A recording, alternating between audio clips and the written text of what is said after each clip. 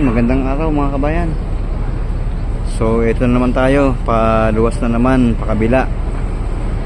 Muli na naman nating iiwan ang ating sariling isla para magtrabaho sa kabila. Tapos na po yung bakasyon ng anak ko, kaya kami po ay mauwi muna. Mabalik at mabalik siyempre, ganoon naman talaga mga Marinduqueños. Kahit saan magpunta, kahit saan makarating, kahit gaano katagal, mabalik at mabalik po sila. Ganyan tayong Marinduqueños.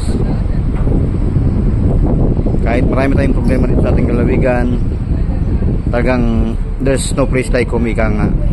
So babalik at babalik tayo, kasi dito nagsimula ang ating mga pangarap. Dito tayo nagsimulang mangarap. Dito natin binuo ang mga plano para makamit ang ating mga pangarap.